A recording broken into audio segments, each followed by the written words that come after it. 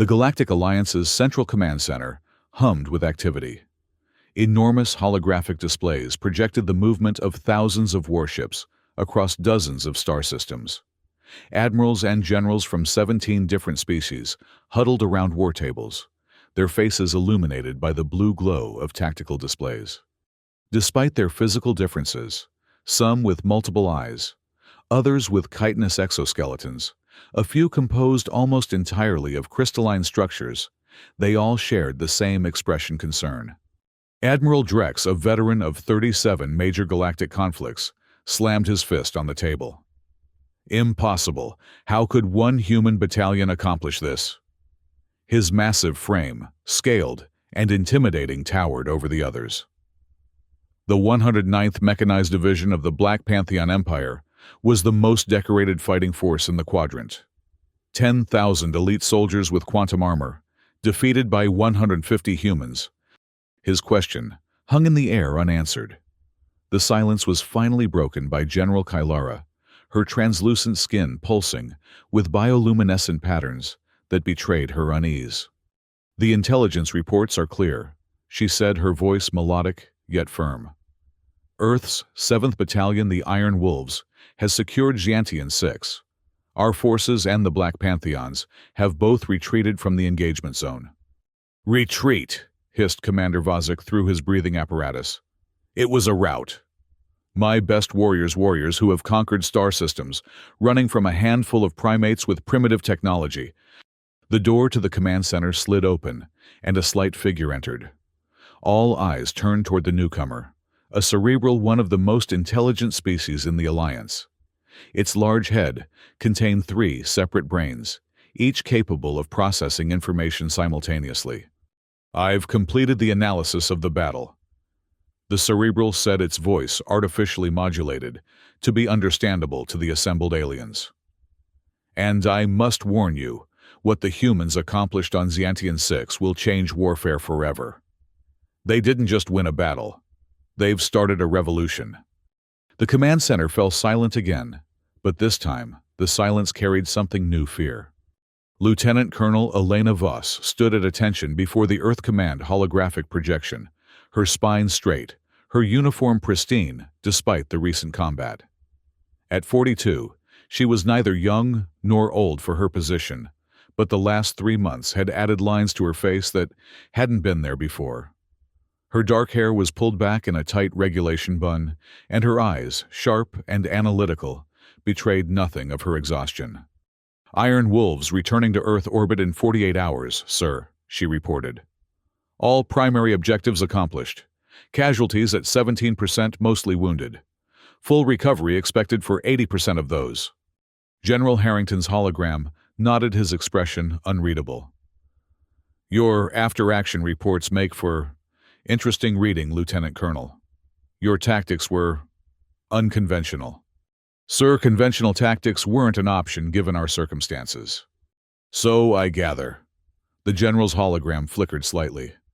"The Joint Chiefs are divided on whether to give you a court-martial or a promotion." Elena remained expressionless. "I understand, sir." "Do you—" The general leaned forward, his image distorting slightly. "You've upset the balance of power in the entire sector. The Galactic Alliance is demanding explanations. The Black Pantheon Empire has called for your head, and half the independent systems are trying to figure out how to replicate what you did." "We completed our mission, sir." "Your mission was to establish a foothold and await reinforcements, not to single-handedly win a war that's been raging for decades." Elena finally allowed herself a small smile. "With respect, sir, my orders were to neutralize enemy presence on Xiantian 6. Those orders were carried out to the letter." The general's hologram sighed. "Return to Earth, Lieutenant Colonel. The debriefing will take weeks. And Elena—" his tone softened slightly. "Whatever happens next, history will remember what the Iron Wolves accomplished." As the hologram faded, Elena finally allowed her shoulders to slump slightly. She turned to the viewport of her small command ship, staring out at the vastness of space. Somewhere in that blackness was Earth home, and somewhere else scattered across a dozen systems, were the enemies who now feared the very mention of the Iron Wolves. She thought back to the beginning, to the moment when they'd received their orders, not knowing they were about to make history. 3 months earlier, the briefing room was silent as Lieutenant Colonel Elena Voss processed the information. Around her, the 14 officers of Battalion 7's command staff looked equally stunned. "Let me make sure I understand correctly," Elena said, her voice steady despite her disbelief.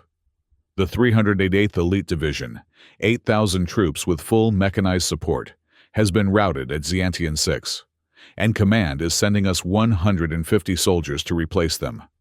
Major Kang, the Alliance liaison, shifted uncomfortably. "The situation is complex, Lieutenant Colonel.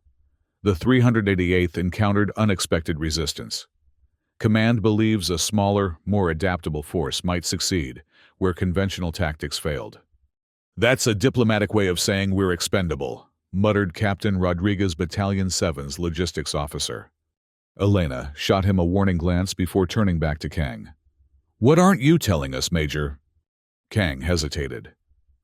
"Intelligence suggests that the Black Pantheon Empire is testing a new weapon system on Xiantian 6. The Alliance needs to know what it is and how to counter it. Your battalion's unconventional reputation makes you ideal for this mission." Lieutenant Min, their AI and cyber systems specialist, spoke up. "You mean because we're known for improvising with limited resources?" "Precisely," Kang replied. "The Iron Wolves have the highest success rate of any Earth battalion in asymmetric warfare scenarios." Elena studied the holographic display of Xiantian 6, a desolate world of rust-colored deserts and jagged metal-rich mountains. Atmospheric conditions made it impossible to maintain stable orbital surveillance. Perfect for an ambush. "When do we deploy?" she asked finally. 24 hours, Kang replied. "Alliance transport will rendezvous with you at Earth orbit. You'll have priority requisition for any equipment you need." After Kang left, the room erupted in conversation. Elena raised a hand for silence. "I know what you're all thinking," she said. "This mission is suicide. Command is throwing us away on a reconnaissance in force because they can't risk a larger unit until they know what they're facing." She paused, looking at each officer in turn. "But the Iron Wolves don't fail. We adapt, we survive, and we complete our missions." She turned to Lieutenant Min. "I want our AI tactical systems upgraded before departure. If we're walking into a trap, I want every possible advantage." "Yes, ma'am," Min replied. "I've been working on some modifications to our neural net algorithms. With your permission, I'd like to implement them." "Do it," Elena said. "What about our heavy weapons capabilities, Captain Okafor?" The Nigerian-born weapons officer frowned. "Limited by our transport capacity, ma'am. But I have some ideas for modifying standard-issue equipment for greater impact." "Make it happen," Elena ordered. "Major Kavak, I need you to go through every piece of intelligence on Xiantian 6. I want to know everything from mineral composition to weather patterns." The political officer nodded. "I've already requested the files, ma'am. But there's something off about this whole operation. The 388th was one of the Alliance's best units. Whatever took them down is something we're going to find and neutralize," Elena finished firmly. "Dismissed.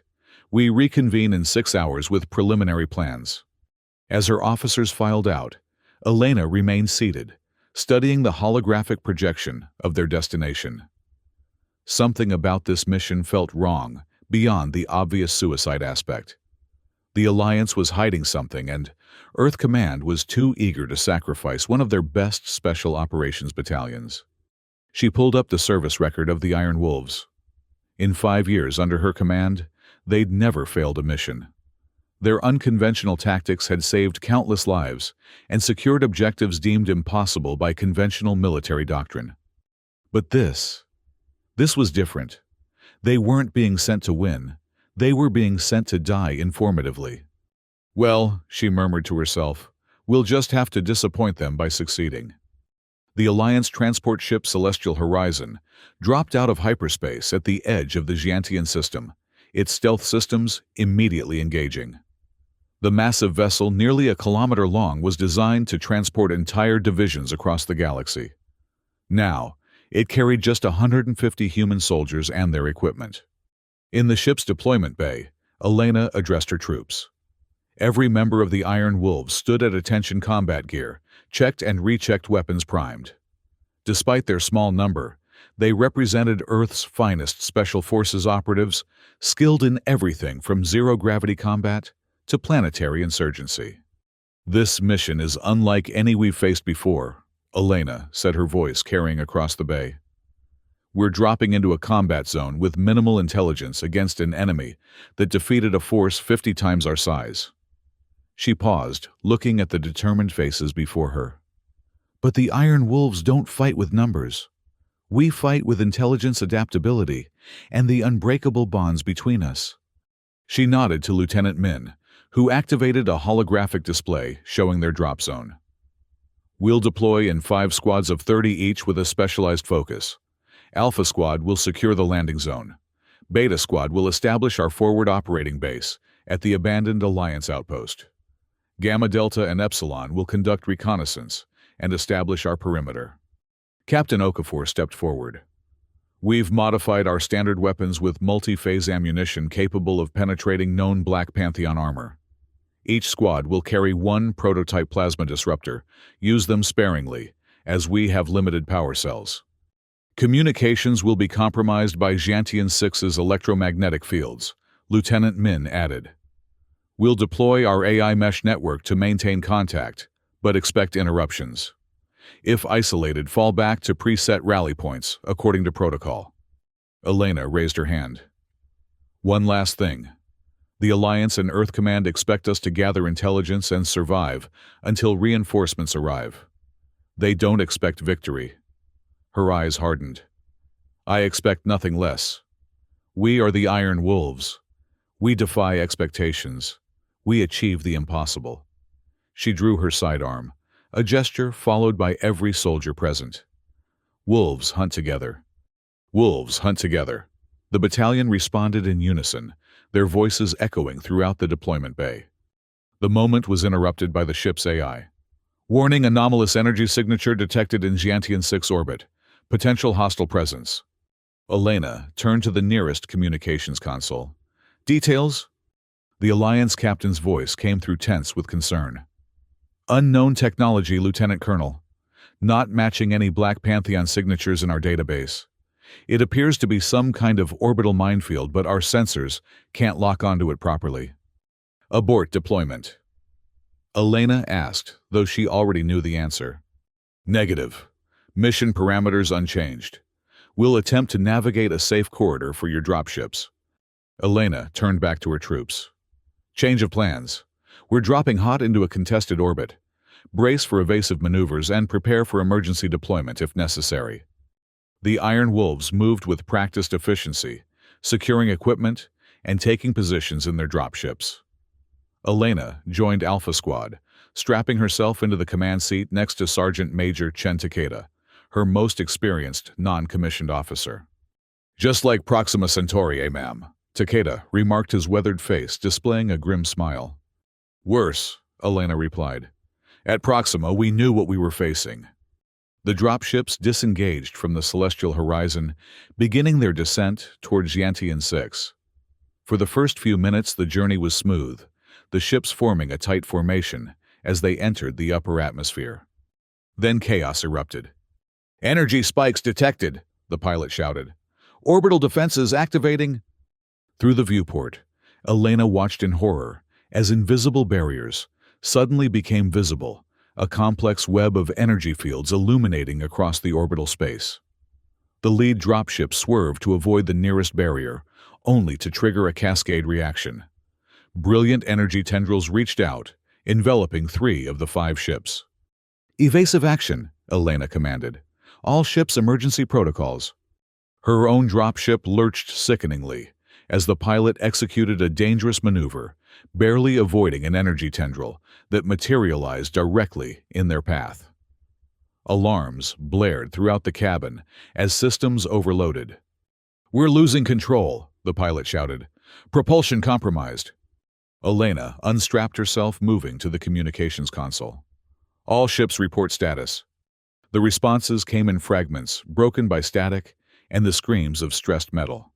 Alpha 1, critical damage. Systems failing. Crash landing imminent. No response from Beta 3.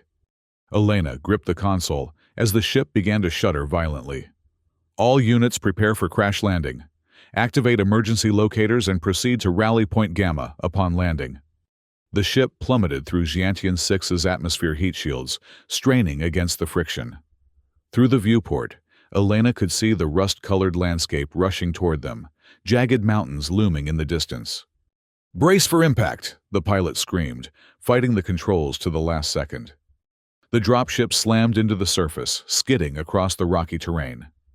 Metal screeched against stone as the craft carved a deep furrow into the planet's surface. Emergency systems deployed foam, filling the cabin to cushion the impact. When the ship finally came to rest, an eerie silence fell, broken only by the hiss of ruptured hydraulics and the groan of settling metal.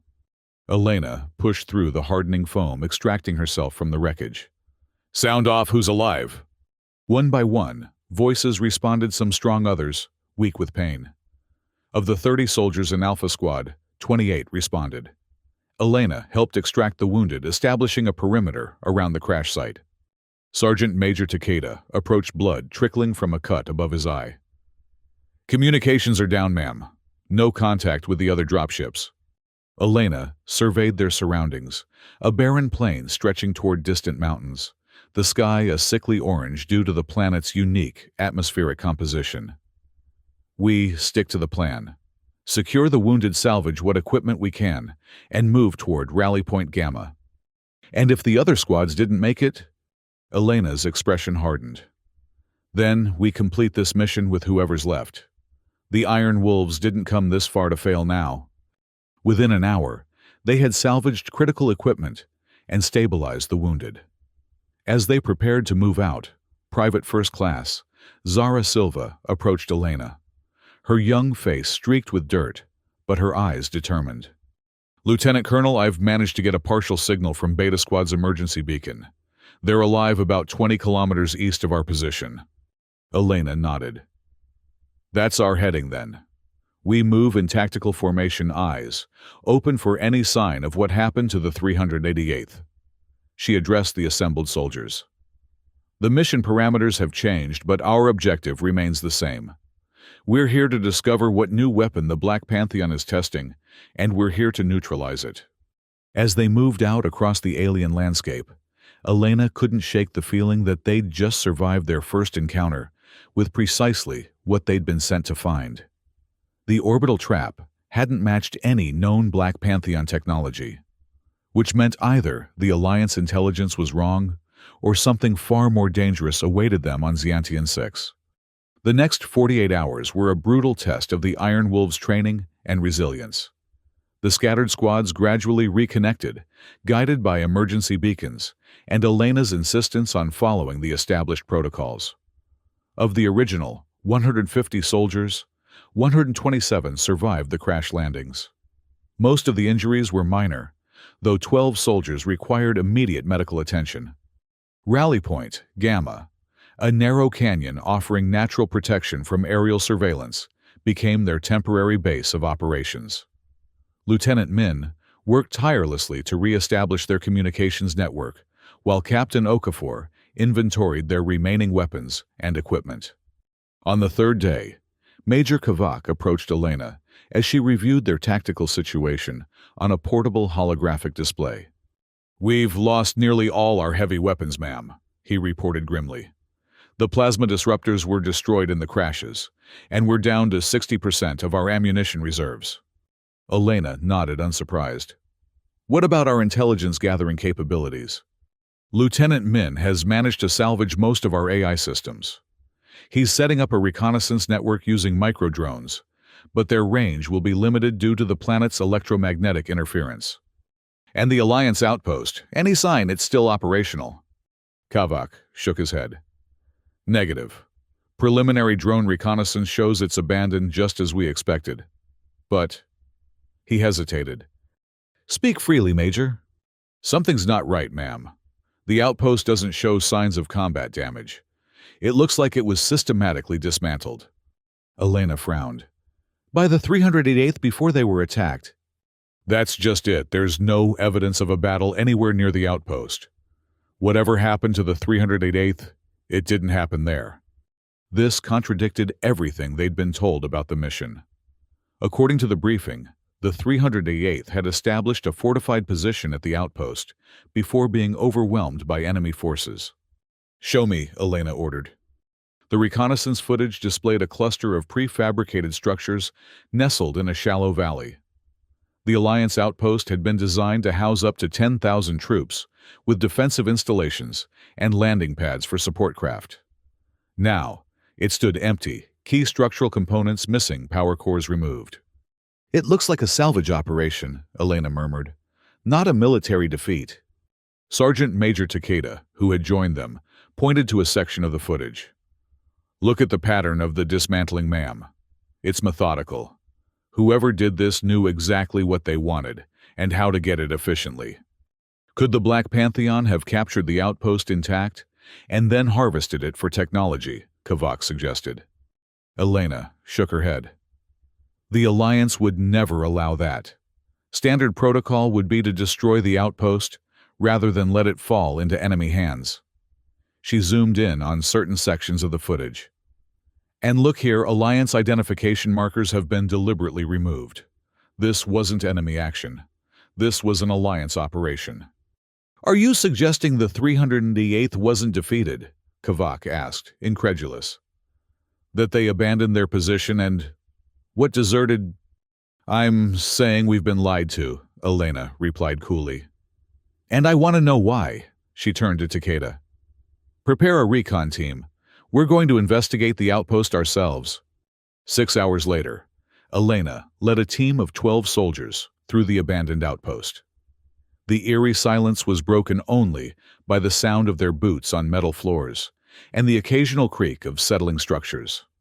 Their helmet-mounted lights cast long shadows through empty corridors and stripped command centers. The power cores were removed professionally. Lieutenant Min observed examining an empty housing that once contained the outpost's main reactor. Not ripped out in combat or destroyed. Someone disconnected them properly. Same with the communications array, reported Corporal Diaz, their communications specialist. Clean removal of all critical components. Elena moved through what had been the command center, her tactical eye noting details others might miss. No personal effects, she murmured. In an evacuation, people always leave things behind. Photos, trinkets, non-essential items. She ran a gloved finger along a console. And it's too clean, no dust.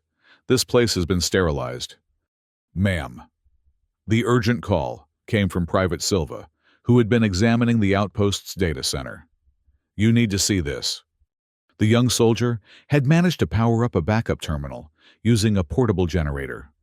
On the screen, fragmented data scrolled past the remnants of files that had survived an otherwise thorough purge. Most of the data was professionally erased. Silva explained, but whoever did it was in a hurry toward the end. I've recovered fragments of communications logs and some corrupted mission files. Elena leaned over the terminal. What am I looking at? Communications between the outpost commander and someone identified only as Oversight.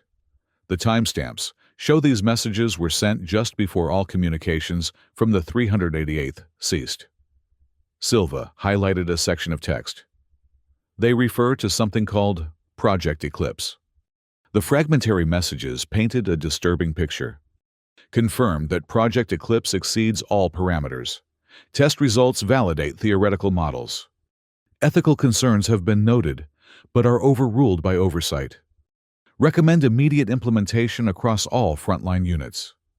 Subject species showing unexpected resistance to neural interface. Containment failure in Sector 7. Security protocols enacted. Situation deteriorating. Request immediate extraction of all research personnel. Cannot allow Project Eclipse to fall into enemy hands. Initiating purge protocols. The final message was the most troubling. To all Alliance commands, the 388th Elite Division has fallen in battle against superior Black Pantheon forces. No survivors. Scientian 6 to be classified as denied territory, pending Special Operations Recovery Mission. This is a cover-up, Kavak said quietly. The 388th wasn't defeated in battle. Something went wrong with this Project Eclipse, and the Alliance fabricated a military defeat to hide it. But what is Project Eclipse? Elena wondered aloud. Some kind of weapon and new technology. Min, who had been examining other terminals, called out. I think I found something, ma'am. He displayed a corrupted schematic on his portable device. It's incomplete, but it appears to be some kind of neural interface designed to link multiple soldiers into a unified combat network. Elena studied the schematic. A hive mind for soldiers that violates at least 6 different galactic war conventions. It gets worse, Min continued. The system doesn't just link soldiers, it overrides individual autonomy, turning a division into essentially one organism controlled by a central intelligence. He scrolled through more fragments. And there are references to autonomous development protocols. I think this system was designed to learn and evolve independently. An artificial intelligence controlling living soldiers like puppets, Takeda said, disgust evident in his voice. No wonder they wanted to cover it up. Elena's mind raced, connecting the pieces. The orbital defenses we encountered, they weren't Black Pantheon technology. They were Alliance defenses, part of this Project Eclipse operating autonomously after the 388th evacuated. But why send us here? Silva asked. If they knew what happened, why sacrifice another unit? Because they don't know the full story, Elena realized. The Alliance High Command received the cover story about the 388th being defeated. Only a small circle, this oversight group, knows the truth. We were sent here because someone wanted confirmation of what really happened without revealing the project's existence. Or we were sent as a cleanup crew, Kavak suggested darkly. Small enough to be deniable if we disappear, but capable enough to eliminate any evidence that might expose the truth. A sudden alert from their perimeter sensors interrupted the discussion. Elena moved to a viewport using her tactical binoculars to scan the horizon. Movement, she reported.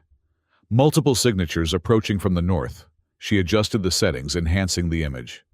Mechanized units, Black Pantheon design. How many? Takeda asked. At least a full company. 200, maybe more. She lowered the binoculars. We need to move. Gather all the data you can in the next 5 minutes, then we're evacuating. Where to, ma'am? Asked Silva. We're cut off from orbital extraction and we don't have transport for overland movement. Elena smiled grimly. We're the Iron Wolves Private. We don't run from superior forces. We make them regret finding us.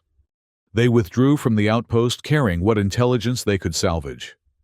As they retreated into the labyrinthine canyons surrounding the facility, Elena formulated a plan. The Iron Wolves might be outnumbered and outgunned, but they now had something potentially more valuable information about a secret project that both the Alliance and the Black Pantheon would kill to possess. Knowledge Elena knew could be weaponized as effectively as any plasma rifle. And the Iron Wolves were about to become the most dangerous force on Xiantian 6. The message from Earth Command arrived 3 weeks after their disastrous landing on Xiantian 6. By then, the Iron Wolves had already made their presence felt across the planet's northern hemisphere. Elena read the encrypted transmission twice, her expression unchanging despite the shocking content. To Lieutenant Colonel Elena Voss, Commanding Officer, 7th Battalion Iron Wolves, from Earth Command, Strategic Operations, Subject, Mission Parameters, Update. Intelligence confirms both Alliance and Black Pantheon reinforcements en route to Xiantian 6. Situation classified as critical priority. Your new orders are as follows. 1. Survive until either faction shows signs of strategic vulnerability. 2. Exploit any weakness to secure Earth's position in ongoing negotiations. 3. Under no circumstances reveal discovery of Project Eclipse. No extraction possible until diplomatic situation resolves. You are authorized to take any measures necessary for survival and mission completion. Message ends.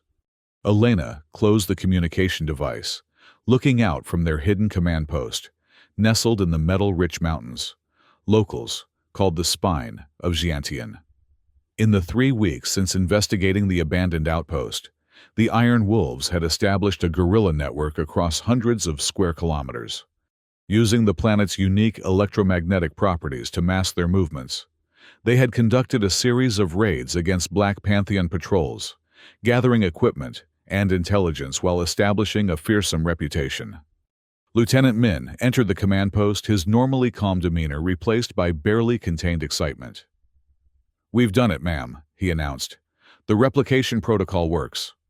Elena followed him to what they designated as their technology lab, a natural cave enhanced with salvaged equipment. At the center of the chamber stood a makeshift server farm built from a combination of their own systems and captured Black Pantheon technology. "Explain," Elena ordered, studying the pulsing lights of the hybrid system. "I've been analyzing the Project Eclipse fragments since we discovered them," Min began. "The core concept linking multiple systems into a unified network with autonomous learning capabilities is sound, but the Alliance implementation was fundamentally flawed. They tried to override individual autonomy, which created resistance in the host organisms." "In simple terms, Lieutenant," Min grinned, "I've created our own version. Instead of forcing unity, it enhances individual capabilities while facilitating perfect coordination." He gestured to a simple neural interface headset. "This connects to our tactical network but preserves individual autonomy. Each soldier makes their own decisions but with perfect awareness of the entire battlefield and the actions of every team member." "You've recreated Project Eclipse?" Elena asked, concerned. "No, ma'am. I've created something better. I call it the Tactical Replication Network. TRN doesn't control our soldiers. It learns from them, predicting enemy responses based on observed behavior patterns and suggesting optimal counter-strategies in real time." Elena considered the implications. "And what prevents this system from developing the same problems that apparently doomed Project Eclipse?" "2 safeguards," Min explained. "First, the system never has direct control over any human or weapon system, it can only advise. Second, it operates on a distributed network with no central node. If any part becomes corrupted, the rest of the network can isolate and eliminate it." Elena studied the young lieutenant. In another life, he might have been a leading AI researcher at some prestigious institution.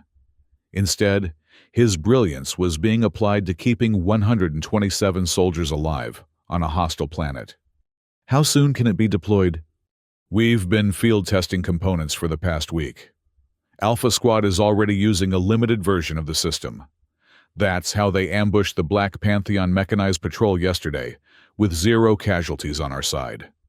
The ambush had been remarkably successful, 30 Iron Wolves destroying 15 armored vehicles and capturing vital supplies.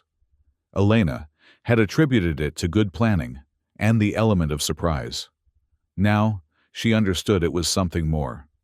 "Full deployment will take another week, assuming we can salvage enough compatible components," Min continued. "But even the partial system gives us a significant advantage." Elena made her decision. "Accelerate the timeline. I want every squad equipped with at least basic TRN capabilities within 3 days." "That's possible but risky. The system hasn't been fully tested." "Neither have the reinforcements heading to this planet," Elena interrupted. "According to Earth Command, both the Alliance and the Black Pantheon are sending major forces here. We need every advantage we can get." Min nodded. "Yes, ma'am. I'll need additional personnel assigned to the project." "Take whoever you need. This is now our top priority." As Min left to begin the accelerated deployment, Major Kavak entered. The political officer's expression was troubled. "You received the message from Earth Command?" he asked. Elena nodded. "They've abandoned us," Kavak said bluntly. No extraction until the diplomatic situation resolves is bureaucratic speak for you're on your own. We've been on our own since we landed, Elena replied calmly. Nothing has changed. Everything has changed, Kavak insisted. The Alliance and the Black Pantheon are sending major fleet elements to this system. When they arrive, Xiantian 6 will become the flashpoint for the largest space battle in 50 years. And we'll be caught in the middle, Elena acknowledged. Unless we change the equation. How we're 127 soldiers with limited supplies on a planet about to be swarmed by two of the most powerful military forces in the galaxy. Elena smiled thinly. We have something they don't, Major. We have the truth about Project Eclipse and, thanks to Lieutenant Min, we have something potentially more valuable, a working alternative that doesn't violate sentient rights. Understanding dawned on Kavak's face. You're going to use Min's system to fight both forces simultaneously. No, Elena corrected. I'm going to use it to make them fight each other while we dictate the terms of engagement. The Iron Wolves aren't just going to survive this conflict, Major. We're going to end it. The next 2 weeks saw a transformation in the Iron Wolves' capabilities. With Min's tactical replication network deployed across all squads, their effectiveness increased exponentially. Small teams of Earth soldiers began systematically dismantling Black Pantheon operations across Xiantian 6, using the enemy's patterns against them with uncanny precision. The TRN system learned from each engagement, becoming more sophisticated in its predictions and recommendations. Enemy patrol routes, communication patterns, response protocols, all were analyzed and exploited. The Iron Wolves seemed to anticipate every enemy move, striking with surgical precision before melting away into the planet's harsh landscape. Word spread among the Black Pantheon forces. The humans could read, minds predict the future, appear and disappear at will. Morale plummeted as soldiers refused to leave their bases, terrified of facing the legendary Iron Wolves. Then the reinforcements arrived. From her observation post high in the mountain range known as the Spine, Elena watched through high-powered optics as ships descended from orbit, massive Black Pantheon troop carriers, and sleek Alliance cruisers, depositing thousands of soldiers onto Xiantian 6's surface. The competing powers established bases on opposite sides of the main valley, each preparing for what would inevitably become a direct confrontation. They're ignoring us, observed Sergeant Major Takeda, who stood beside her. Both sides are focused on each other. For now, Elena replied. But we're still part of their equation. The Alliance knows we discovered the outpost, which means we might know about Project Eclipse.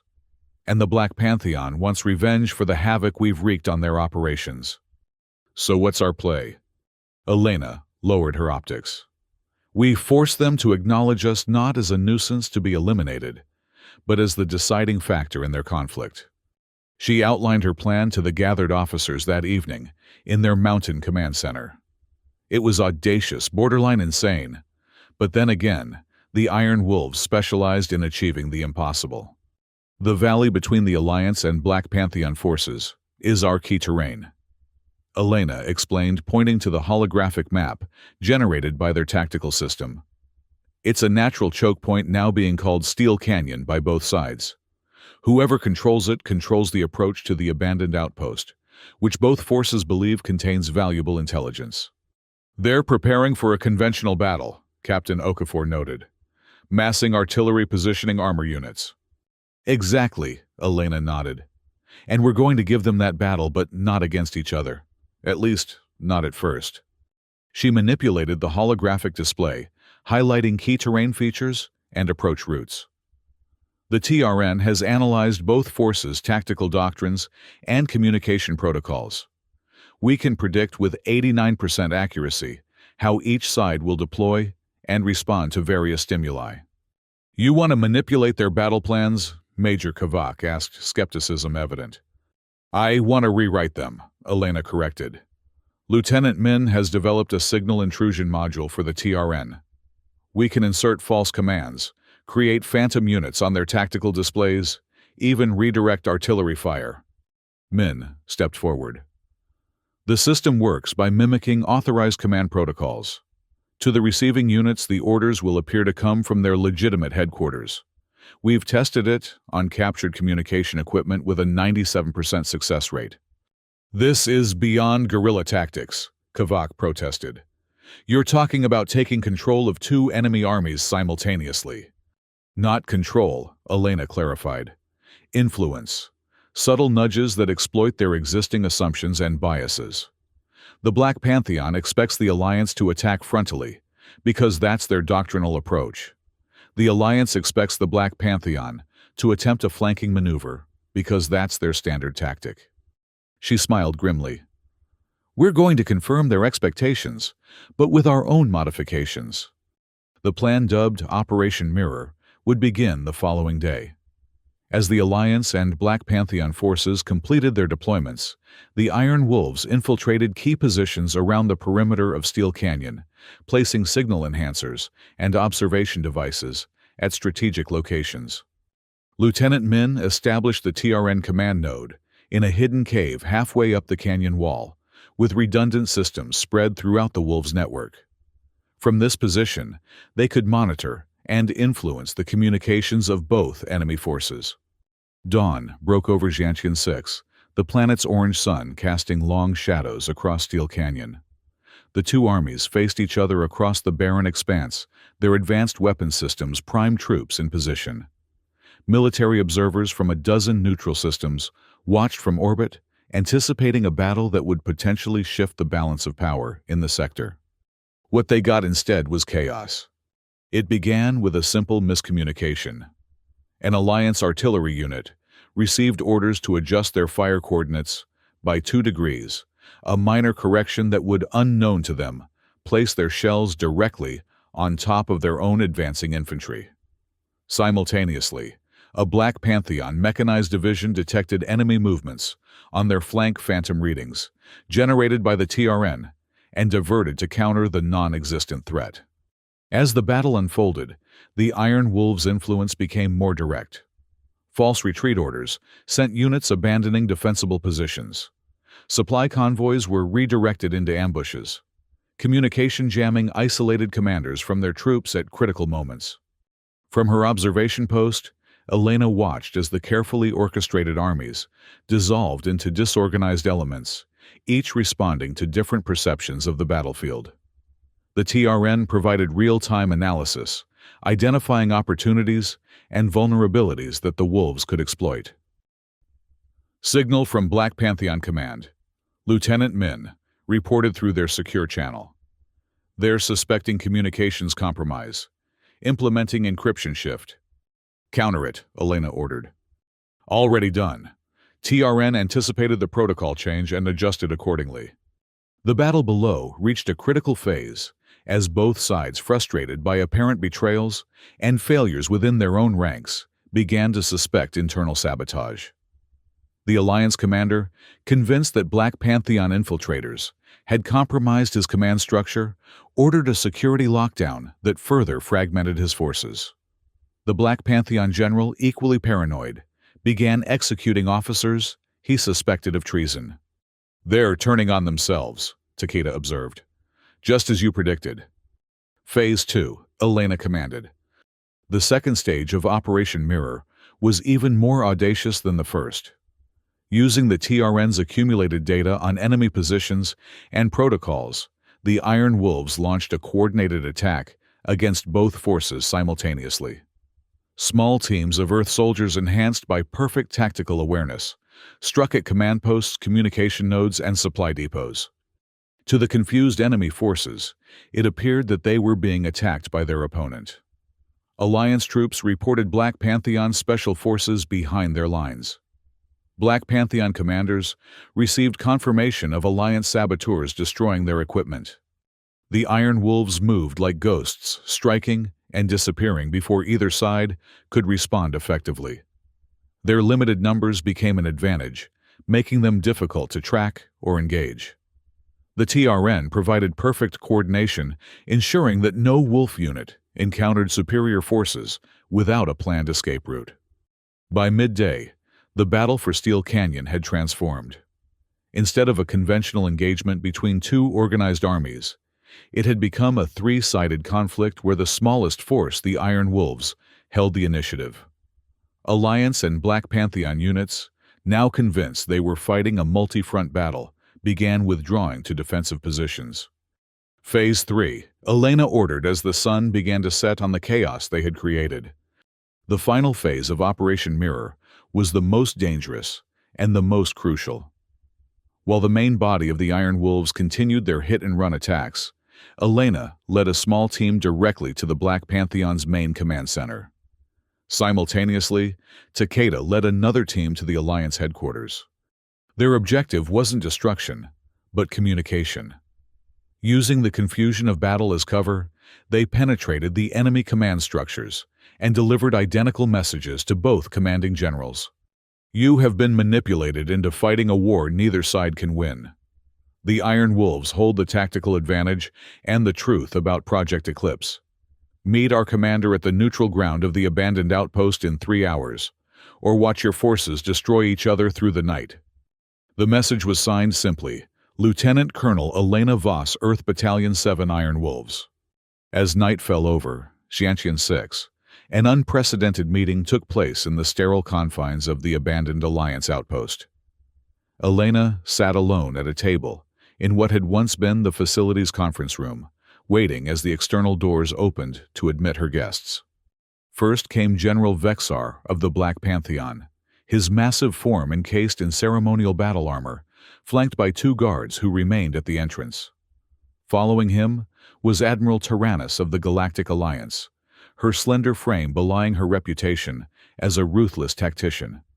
Both commanders regarded Elena with a mixture of anger, respect, and curiosity. You have caused the deaths of hundreds of my soldiers, Vexar, growled his translator, converting his native language into harsh, accented English. As have you caused the deaths of mine, Tyrannus added coldly. Elena remained seated, her posture relaxed, despite being in the presence of 2 of the most powerful military leaders in the galaxy. I commanded 127 soldiers against your combined forces of over 15,000, she replied calmly.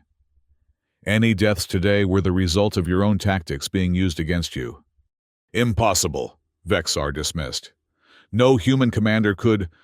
Your southern perimeter uses a rotating encryption protocol with a 17-second vulnerability gap during key changes, Elena interrupted. Your artillery units respond to targeting updates without secondary verification if they include the command code Imperator. Your battlefield communication relies on quantum-linked channels that can be intercepted if one knows to scan for their gravitational signature. The Black Pantheon general fell silent, his expression unreadable behind his armored faceplate. Elena turned to Admiral Tyrannus.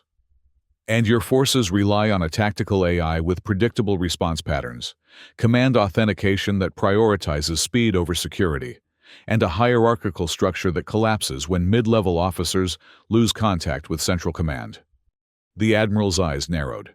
You've studied us well. No, Elena corrected. My tactical system has studied you. The same system that evolved from the fragments of Project Eclipse we found in this very facility. Both commanders tensed at the mention of the secret project. I don't know what Tyrannus began. Don't insult my intelligence, Admiral, Elena cut her off. We found the records. We know the 388th Division wasn't destroyed by the Black Pantheon. They were evacuated after Project Eclipse. Your attempt to create a hive mind soldier network experienced a containment failure. She turned to Vexar. And the Black Pantheon has been trying to develop similar technology. That's why you committed so many resources to Xiantian 6. You detected the quantum signatures of the project and wanted to capture it for yourself. The room fell silent as both commanders realized the extent of Elena's knowledge. What do you want? Tyrannus finally asked. You didn't bring us here to gloat about your tactical victory. Elena leaned forward. I want peace.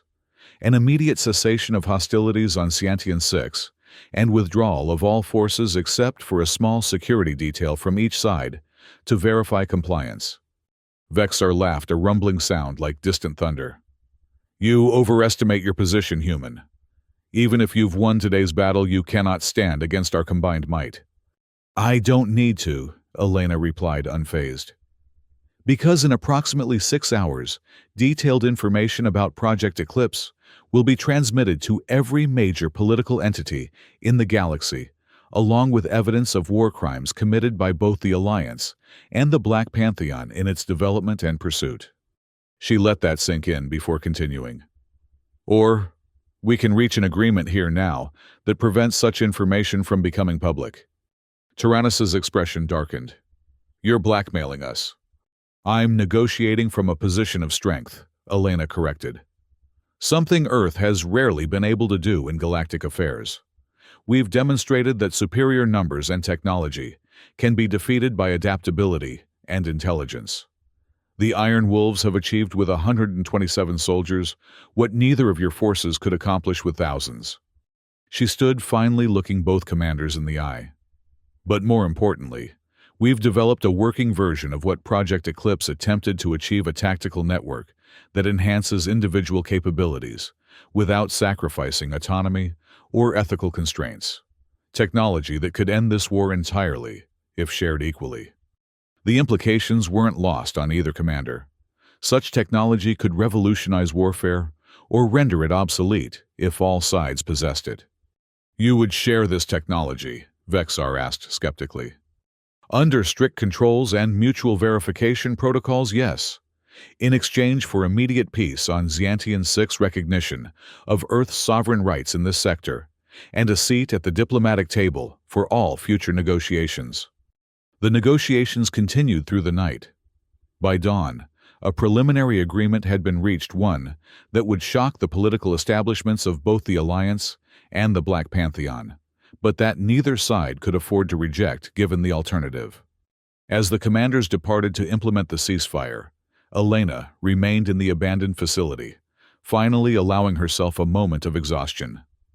The past month had pushed her and the Iron Wolves beyond what any military unit should be capable of enduring.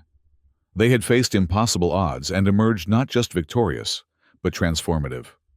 Her comm unit signaled an incoming transmission from Earth Command. The message was brief, but clear in its implications. Lieutenant Colonel Voss, be advised that a diplomatic delegation is en route to Xiantian 6 to formalize the agreement you've negotiated. Your actions have altered the strategic balance in Earth's favor, beyond all expectations. Prepare your unit for return to Earth upon diplomatic delegation's arrival. Well done, Colonel Voss. Elena smiled at the subtle promotion contained in the closing address. Colonel Voss had a nice ring to it, but titles and recognition were secondary to what the Iron Wolves had truly accomplished. They had changed the nature of galactic warfare forever. And in doing so, they had secured Earth's position among the stars, not through overwhelming force, but through the uniquely human qualities of adaptability, innovation, and the unbreakable bonds between warriors who trusted each other with their lives. As the orange sun of Xiantian 6 climbed higher in the alien sky, Elena stepped outside the facility to where her soldiers waited. The Iron Wolves, fewer in number than when they'd arrived, but unbroken in spirit, stood at attention, their faces showing the fatigue of battle, but also the pride of unprecedented achievement. Wolves hunt together, she said simply. Wolves hunt together. They responded in unison, their voices echoing across the barren landscape that had witnessed their impossible victory. In the command centers of 1,000 worlds, military strategists would soon be studying what happened on Xiantian 6. They would analyze the tactics, dissect the technology, and debate the implications. But none would fully comprehend what made the Iron Wolves truly formidable. It wasn't their weapons or their technology, or even their innovative tactics.